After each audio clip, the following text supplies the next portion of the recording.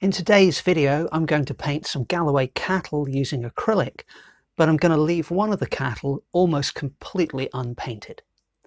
So I'm going to paint an orange cow and a white cow, and both of these are Galloway cattle from the 2 Mills herd in the UK. So thank you very much, Jeremy, for letting me use your reference photos. I'll put a link to his Instagram on the screen, so go and check out his Instagram because he's got lots of wonderful pictures of these animals here. And you can see that I'm beginning here on the left by obliterating the beginnings of a third animal, which you saw in the reference photo, but I didn't like the way I'd indicated that with the marker. So I thought, well, I'll just stick with 2. So I'm putting in some background color using titanium white and cadmium yellow. These are the interactive acrylics, and I'm putting that paint down with a flat synthetic brush onto A2 mixed media paper. As usual, all the materials are listed in the description of the video, and the initial drawing that you can see here, I've done that freehand using a burnt umber watercolor marker pen.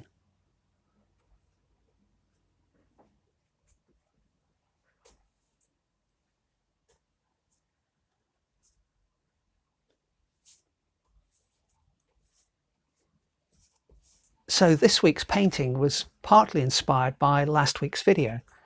So last week's video was a crowd scene painted in a minimal style. So I'm actually using similar colors that I had left over on my palette, at least in the initial stages. And I thought, well, maybe I can use leaving areas unpainted in the same way I did for the crowd scene, but for just a key part of this painting, and we'll see what effects we get. So if you paint a lot with watercolor in the traditional way, then one of the key techniques to obtain the brightest white is to simply leave part of the paper unpainted. But I think that's less commonly done with acrylic. I think generally speaking, we tend to, as artists, apply acrylic in a way which is more similar to oil paint, where you don't leave any of the paper or canvas uncoated.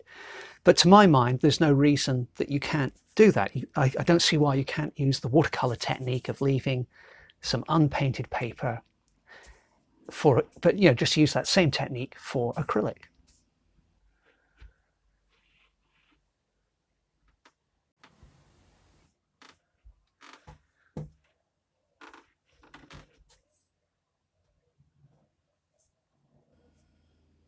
So I'm actually taking a little bit of an abstracted approach to the background for this painting. So you can see that I haven't copied the shape of the hedge in the background. I just put in that block of light yellow, as mentioned earlier. And now I'm just putting in a patch of pale blue. So this is cerulean blue mixed with the titanium white. And really I'm just kind of playing at this stage, experimenting with different shapes of background color.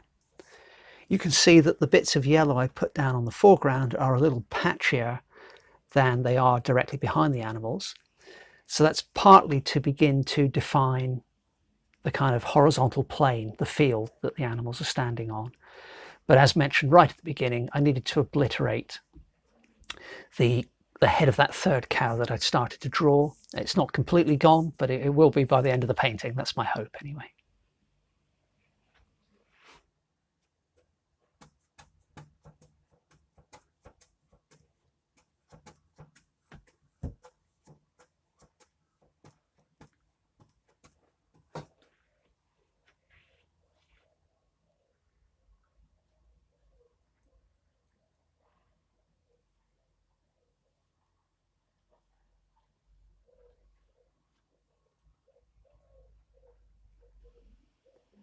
Now my plan is to stay with this relatively large brush relative to the size of the animals I'm painting for as long as possible.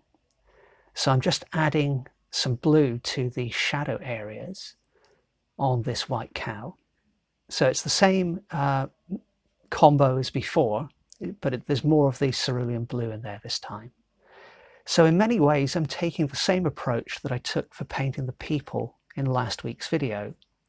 I started off there by just picking out the very dark areas, but now I'm doing something a little bit different and deliberately putting down areas of dry brush, or I just did, on the front leg and the chest, and then putting the paint down a little bit thicker for the darker shadows towards the rear of the animal, and then again reverting to the dry brush technique, just feathering the tips of the bristles across the paper for a few textural marks on the body. But working with the larger brush makes you think quite carefully about how to angle the brush, and do I need to use the corner or the edge or the flat of the brush to get the shape, the particular type of mark making that I want.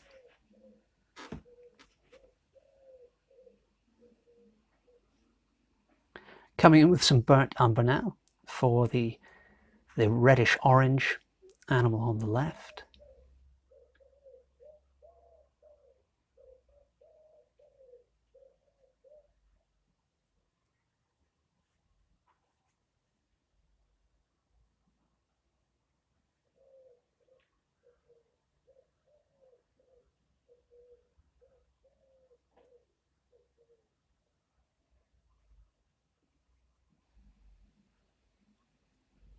And like I did with the people last week, I'm using the burnt umber to pick out the shadow areas.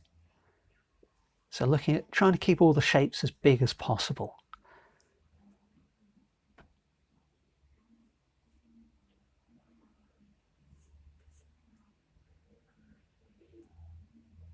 Now looking at the heads of the animals, the kind of nose, snout, if you like, or whatever the appropriate term is for the head on the left, it's a little too pointed at the moment. And equally, the head for the right-hand animal isn't wide enough either. So I'll need to address both of those areas later on.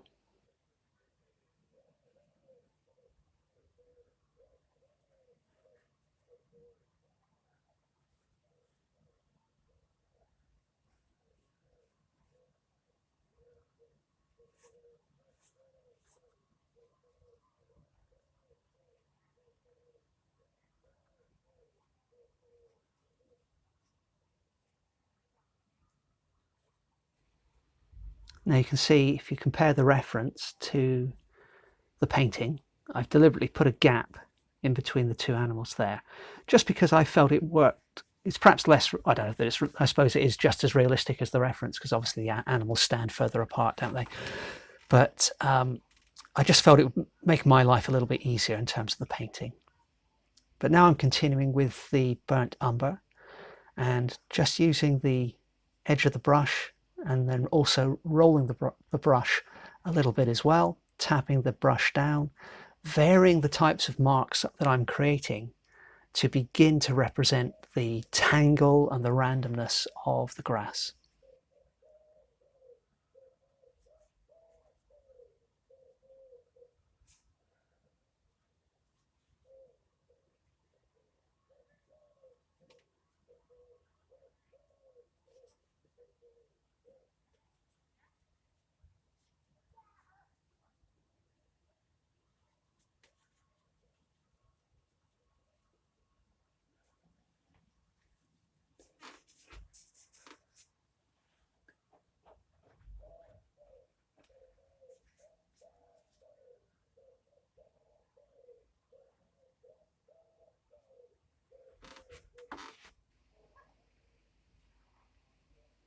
Now I'm putting in some similar marks here on the left for two reasons, and also in between the animals.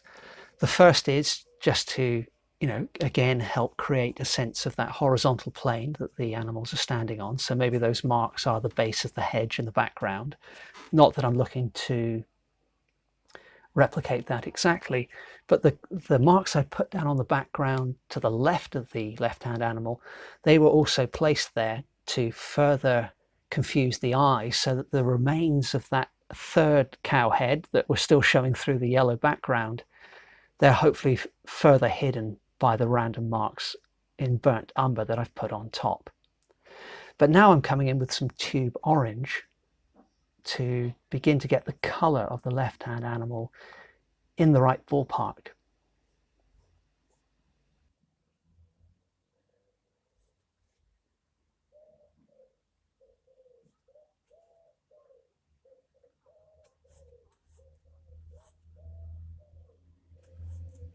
So just putting that orange straight over the top of not only the unpainted areas, but also the shadow areas that I've put down. And one of the things I'll say about the interactive acrylics that I like is that obviously they're specifically designed to allow easy blending of colours. But for this painting, for the most part, I'm using them just in the way I would with normal acrylics. So I'm just putting down blocks of colour with quite hard edges. I'm doing dry brush, painting one layer on top of another when the first layers touch dry. And having said that, I just added a bit of water to the paint to make it flow a little better. But nevertheless, I'm still using them in the way I would with conventional acrylics.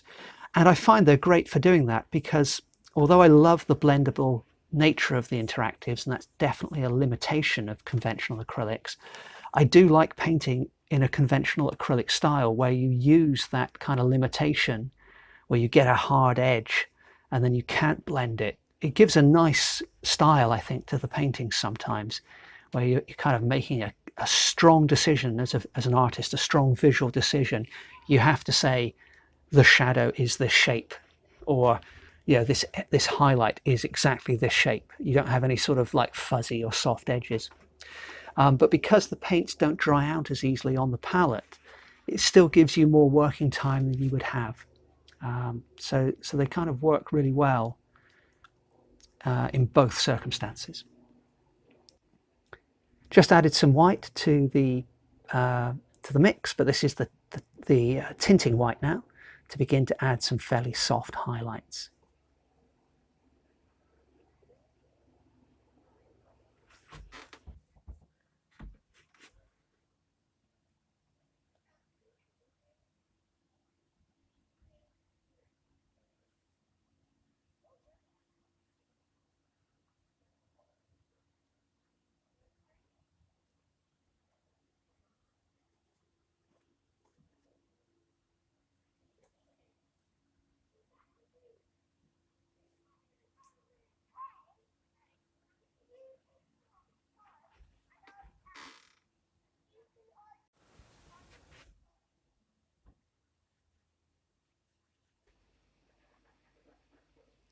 So for the more detailed work, I've switched to a filbert brush.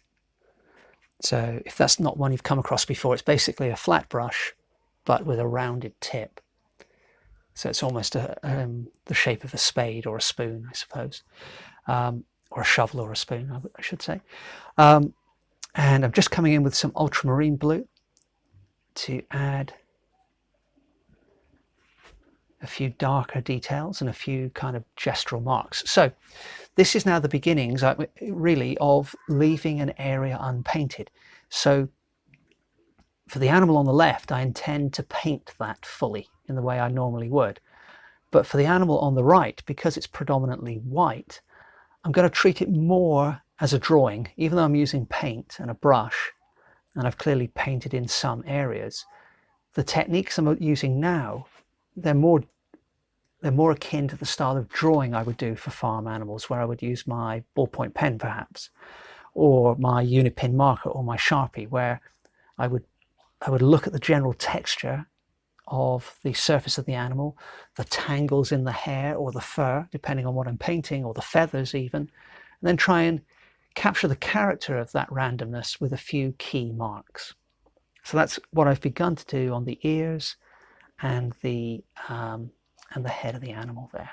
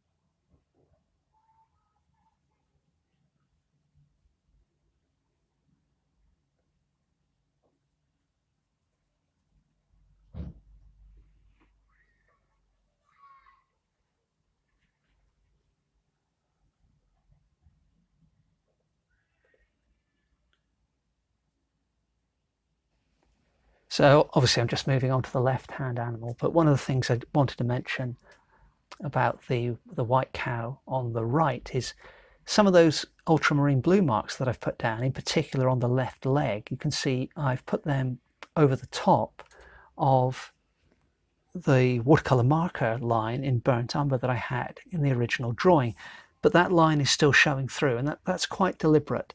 I always like to leave evidence of the layers of the creation of the drawing, and I'm following through with that to an extent, you know, for the drawing inverted commas that I've got with this white animal. But added some nostrils and the beginnings of an eye on the orange cow.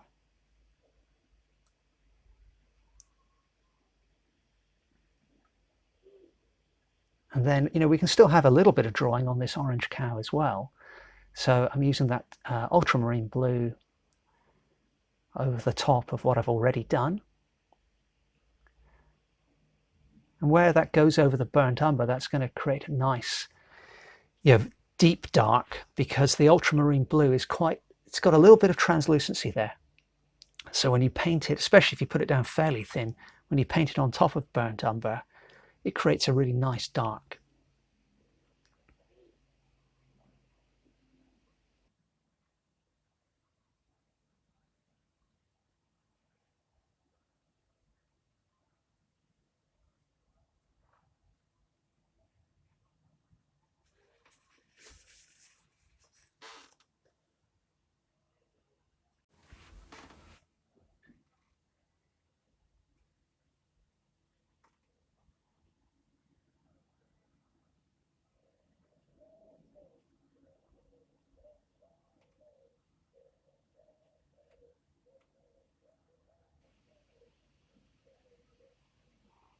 So just beginning to also correct the shape of the head there as well, make it a little less pointed.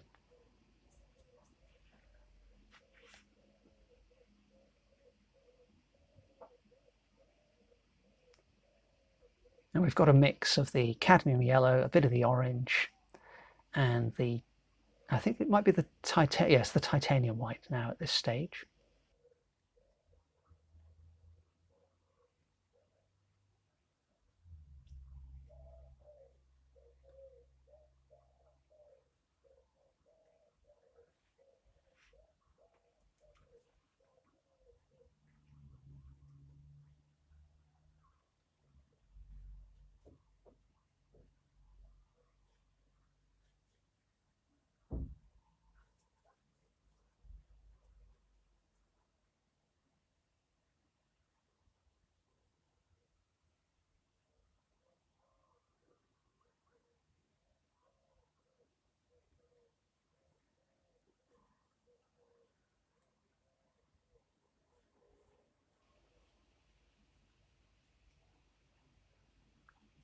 And you can see here that, you know, I felt the nose wasn't quite proportioned correctly, so I've just you know, corrected that by more or less undoing what I did before. But that happens sometimes, and the great thing with acrylic is you can just go over or move around what you've done already. So back to the big brush. So this is a mixture of the orange straight out of the tube and burnt umber, which, if you remember when I painted the Canadian cowboy study a couple of weeks ago, it produces this really nice coppery brown. So I think I'm going to be using more and more of that combo. I really like it. So sometimes what I find happens when I'm painting away is, you know, I perhaps switch to the smaller brush like I did. I start to add a few highlights, and then I sort of step back from the painting and I think, well, I've kind of started to lose what I had before. And when that happens, for whatever reason, I find the best thing to do is go back to the really big shapes and think to myself, have I defined this just as a lump with a key shadow area and a key highlight area? So I've gone back to my big brush now, so I can't be too fussy. And again, this brown, this lovely coppery brown, the combination of the orange, tube orange, and the burnt umber, it creates a brown which is nice and translucent as well. So just like I used the ultramarine blue earlier, putting this down as a shadow color is really nice as well, because I'm not completely losing the work I've done before. You can see some of those very dark shadows from the early stages are still showing through. You see now as I just painted over the belly there, that dark shadow is still showing.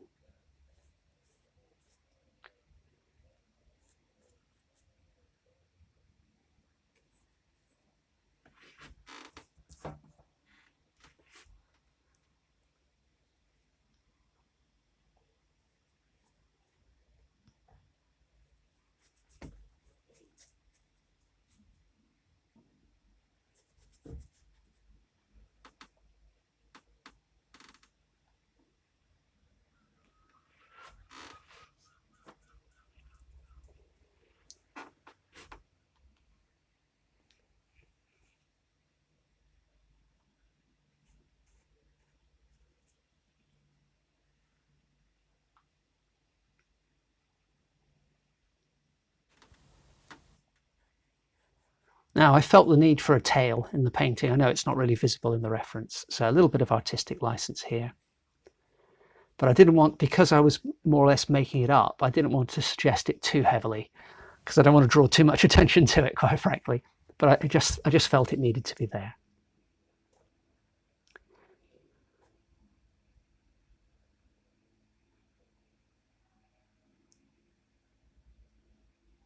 Nostrils back in, having switched back to the filbert brush. And the head on the left, I think, is starting to look a little better proportioned than it was.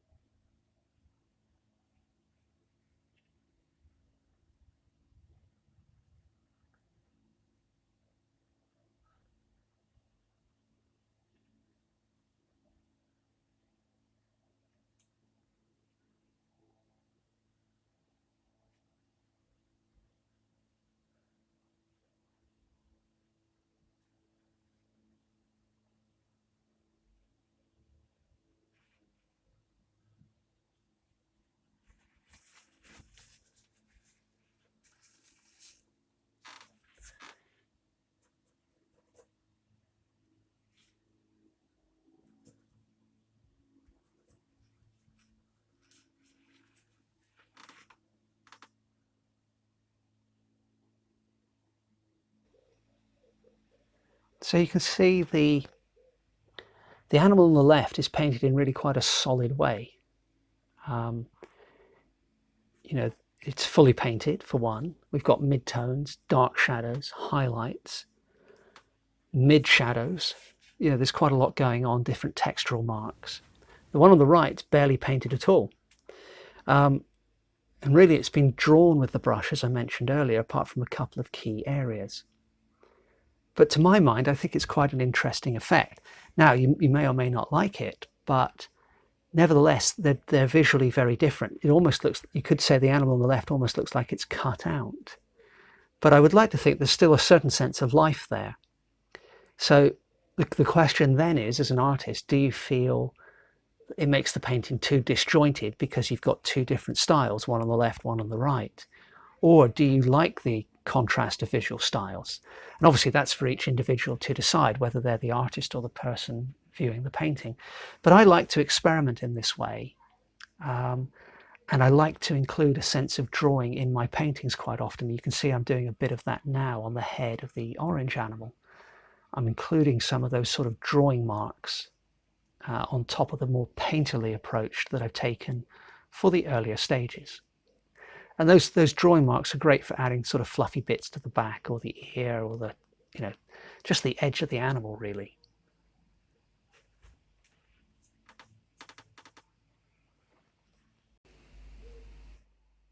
So here's a look at the finished painting. So for the animal on the left, you can see I haven't done too much more, but I did just add a few highlights and correct the top of the head, and just added a few more of those textural drawing marks that I've mentioned just a moment ago. For the animal on the right, I haven't done that much more either, although its appearance has changed quite a bit.